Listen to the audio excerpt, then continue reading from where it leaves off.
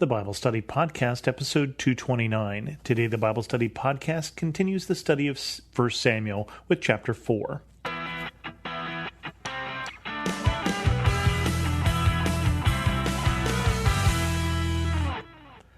Welcome to the Bible Study Podcast. I'm your host, Chris Christensen.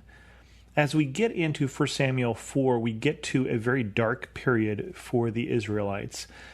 And we also get to some of the fulfilling of the prophecies that were given against Eli and his family in the previous chapters. 1 Samuel 4. And Samuel's word came to all Israel. Now the Israelites went out to fight against the Philistines. The Israelites camped at Ebenezer and the Philistines at Aphek. The Philistines deployed their forces to meet Israel, and as the battle spread, Israel was defeated by the Philistines, who killed about 4,000 of them on the battlefield. When the soldiers returned to camp, the elders of Israel asked, "Why did the Lord bring defeat on us today before the Philistines? Let us bring the ark of the Lord's covenant from Shiloh, so that he may go with us and save us from the hand of our enemies." So the people sent men to Shiloh, and they brought back the ark of the covenant of the Lord Almighty, who is enthroned between the cherubim. And Eli's two sons, Hophni and Phinehas, were there with the ark of the covenant of God. When the ark of the Lord's covenant came into the camp, all Israel raised such a great shout that the ground shook. Hearing the uproar, the Philistines asked, "What is all this shouting about in the Hebrew camp?" When they learned the ark of the Lord had come into the camp, the Philistines were afraid. "A god has come into the camp," they said. "Oh no, nothing like this has happened before. We're doomed. Who will deliver us from the hand of these mighty gods? They are the gods who struck the Egyptians with all kinds of plagues in the wilderness. Be strong, Philistines, be men, or you will be subject to the Hebrews, as they have been to you. Be men and fight." So the Philistines fought, and the Israelites were defeated, and every man fled to his tent. The slaughter was very great. Israel lost 30,000 foot soldiers. The ark of God was captured, and Eli's two sons, Hophni and Phinehas, died. So this is the fulfillment of the prophecy that was given earlier that the two sons of Eli would die. But it's worse than that, because all of Israel is defeated, and they're defeated at the time that they least thought they would be. They had marched into the promised land, into Israel, at the time of Joshua, behind the Ark of the Covenant. And this is the ark that they had followed through the wilderness for the 40 years in the wilderness. And so they, like the Philistines, thought that there was something magical about the box. Now, certainly, if you've seen the movie, Raiders of the Lost Ark, you might also have come to that conclusion that there's something magical about the box, because this is a box that represents the presence of the living God. But it's not magic that was protecting them, it was God that had been protecting them, and they lost sight of that. And so they put their trust in the box and forgot that they had not been faithful to God. Especially in this case, Eli's two sons had not been faithful to God, and they held a very important role as the priests of God. And so everyone is expecting on both sides that this magic box that they bring in will cause the defeat of the Philistines, and it will cause the victory to Israelites, but it doesn't. There are other places in the Bible that are similar to this, and one of the things I think about is there's the bronze serpent. And you may remember in the Exodus story that the people are unfaithful, they're grumbling to God, and God causes serpents to go among the people who are biting them, and they're dying. And so Moses appeals to God, and God says, "Raise up a bronze serpent. And when people are bit, have them look up to the bronze serpent, and they'll be saved. They'll be healed." In fact, in the New Testament, Jesus refers to that and says, "As the bronze serpent was raised up, so the Son of Man must be raised up." So there's the significance here of looking up to the Savior. Well, later on we'll see in the book of Kings, I believe it is, that they kept this bronze serpent and they're worshiping it.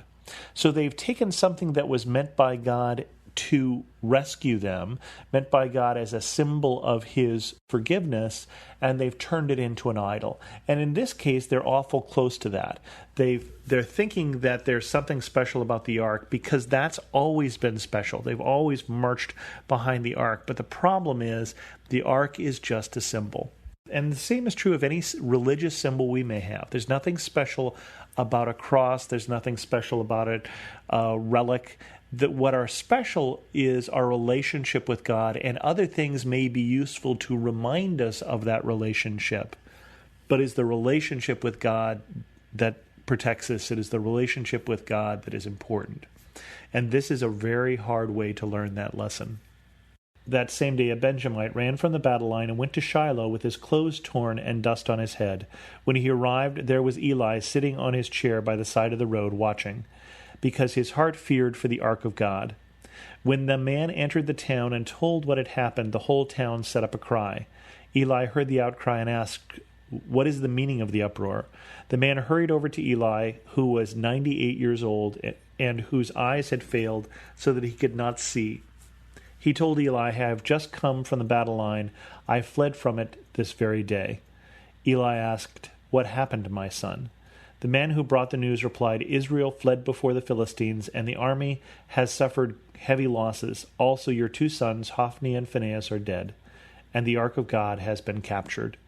When he mentioned the ark of God, Eli fell backward off his chair by the side of the gate. His neck was broken, and he died, for he was an old man, and he was heavy. He had led Israel 40 years. His daughter-in-law, the wife of Phinehas, was pregnant and near the time of delivery when she heard the news that the ark of God had been captured and that her father-in-law and her husband were dead. She went into labor and gave birth, but was overcome by her labor pains. As she was dying, the women attending her said, "Don't despair, you have given birth to a son." But she did not respond or pay any attention. She named the boy Ichabod, saying, "The glory has departed from Israel," because of the capture of the ark of God and the deaths of her father-in-law and her husband. She said, "The glory has departed from Israel, for the ark of God has been captured."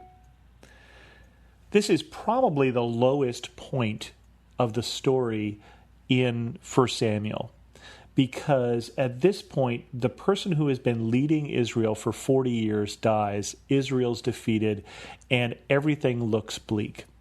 Because there is at this point no leader in Israel. Remember, Israel doesn't have a king yet. That's something that'll come later on in this book.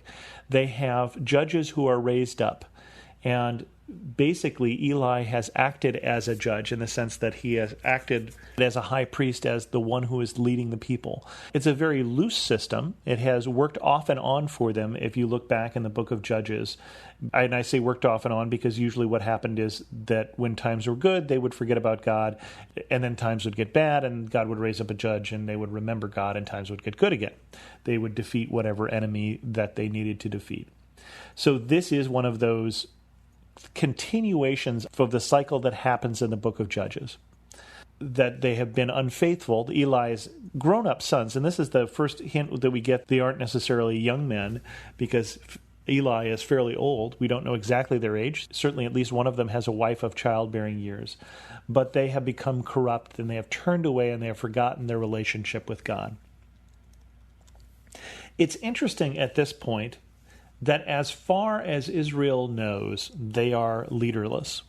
But we saw that by the time we get to this point, God has already had a plan and put a plan in place years ago to raise up a leader. God didn't wait to this point and go, "Oh my gosh, Eli's dead.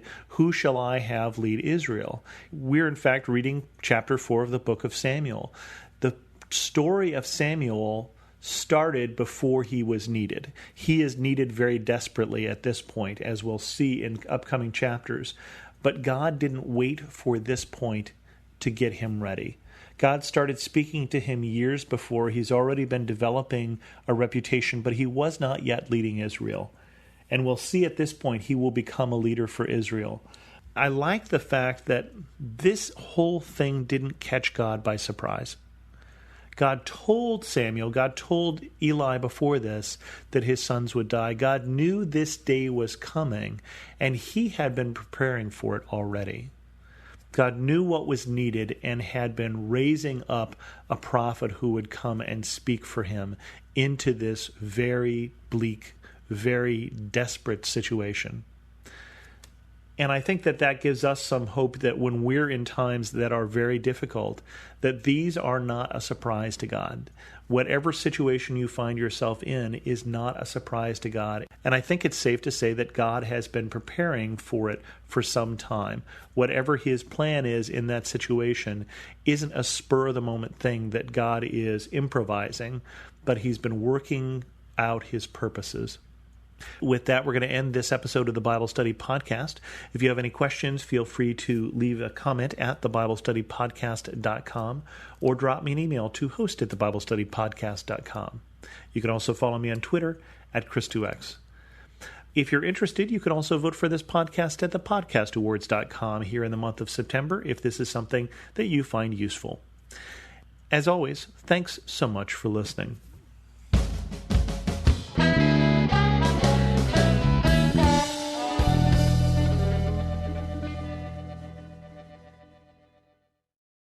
Need more of God's power in your life? I'm Christina Patterson, host of the Teach Us to Pray podcast, providing practical tips on how to grow your faith through prayer. Subscribe at lifeaudio.com.